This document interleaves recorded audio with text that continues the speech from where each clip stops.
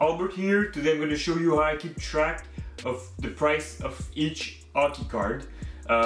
Bigger players, obviously, McDavid, Crosby, Ovechkin, Marner, and also some of my favorite players, and when and how to buy them. But first off, let's open this pack.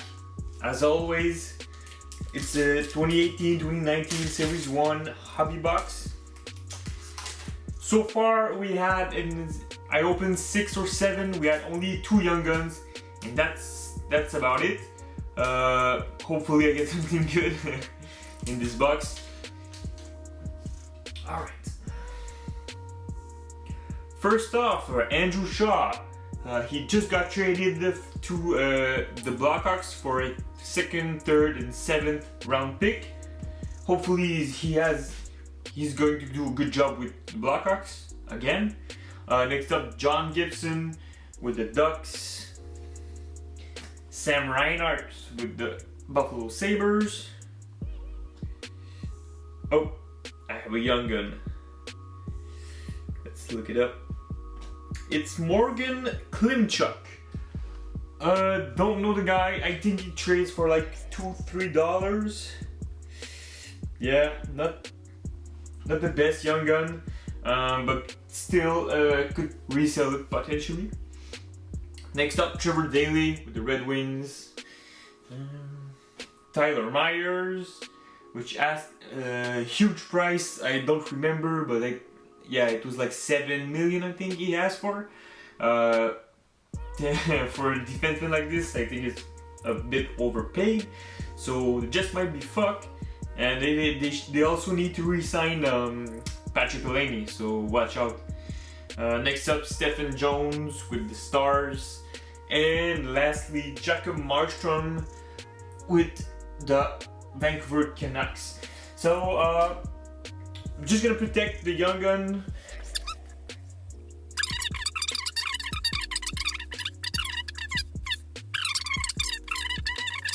So here I just put it in a penny sleeve and a top loader, rigid top loader, and also I'm gonna put it in a one touch because I want to sell this card for sure. I don't think I want to keep it, so there we go.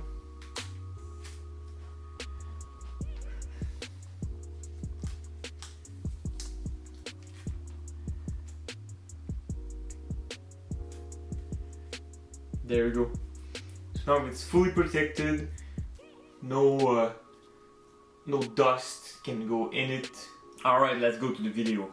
A couple of charts, and basically what I usually do is I put all the dates like every week, every like Thursday I look up on eBay. Like the website is called Watch Count. Yeah, that's it. Watch Count. I just go Young Guns. This is for PSA 10. So Young Guns, McDavid, PSA 10. And there we go. Today I am at the 30th of June, so 27th of June. 3 days ago, this sold for $350. So I'm just gonna put it there and put the date up also. Perfect. Basically, what I do is just every week I put up these prices, and then if I click there, I can adjust it for the prices when I enter new prices. And if we just look on the McDavid one, I can see that the average price of the card is $400 for a PSA 10 McDavid. So $350 is a pretty good deal. That's what I'm trying to highlight, because when I don't really have any experience, so when you don't really know what's the real worth of the card and when it's time to buy, you should really have something like this. Yeah, but this is only for PSA 10. If you're looking for graded cards, I also have it for BGS 9.5. That's the most common one, selling one.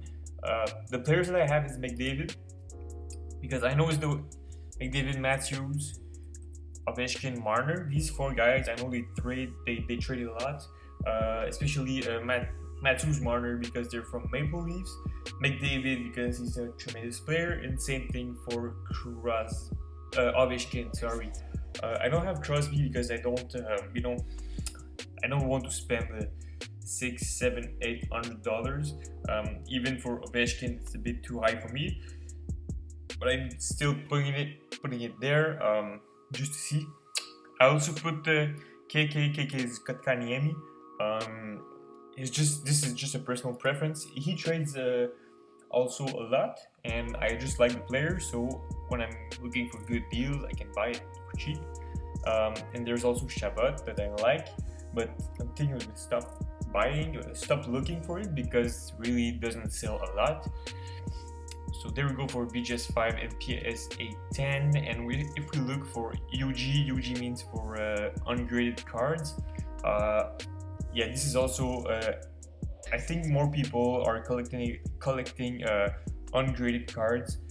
So yeah, that might be better, depending on what you want. So here we can see McDavid sold for 254, 247, then 150. 150 is absolutely like nuts, man. It's crazy. Right there, $150. We can just look here that it's here and on the graph that it's completely off the chart. And before I didn't know, because if I just look there, 247, 150, like okay, if you're not really sure. But now that I have a bit more stats, I can really pinpoint and see anomalies and like where is the best price. I can really see it better. Like for Matthews,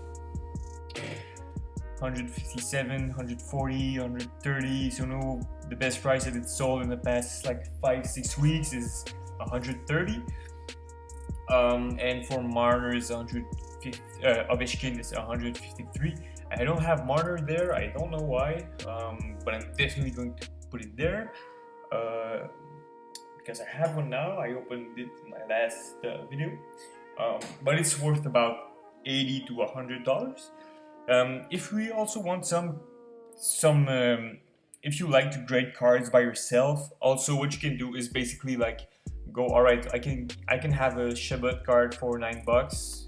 8, 10. If I get it for 10, just for example, it costs $25 US for grading, which goes to $35, and it sells for 45. So if you can sell it for a bit higher, you can always try to sell it higher and make some small profit. Sure, it doesn't. Grading is a bit risky. A lot of people don't mess too much with this. So if you only go for small worth cards, it's not really like worth to do it.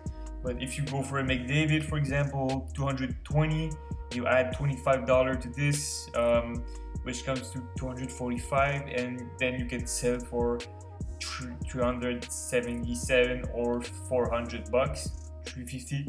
It's a big margin, So yeah, it's a risk, but if you're confident in buying cards and evaluating them yourself, then you can always try to do this. And I think there's real money to be made there. Yeah. Good. Also, if you're looking for like best prices, I really don't recommend going on for buy it now. I rather go for auctions, because in general they sell lower in auctions. I mean this $150, $150, where was it? Yeah, McDavid ungraded $150 is most likely auctions, and just maybe sometimes there's less people checking the card, or there's too much in the market at the time, so the prices drop, or you can get it for really cheap. I'm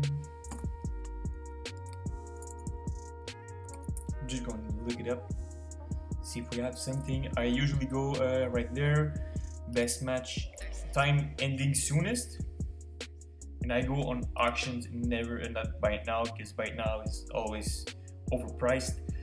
So here we have one right there, 15, 16, blah blah blah. There's still 28 minutes to the auction, and if we see there, it's lastly sold for $220. So, and it's currently selling for $212, and it's kind of probably going to go way up in the last like minutes. So this is an example. The car is probably gonna sell for a bit higher than 220, but it's the type that you want, because if we go look at right now for price lowest first, it's gonna be hard to find one.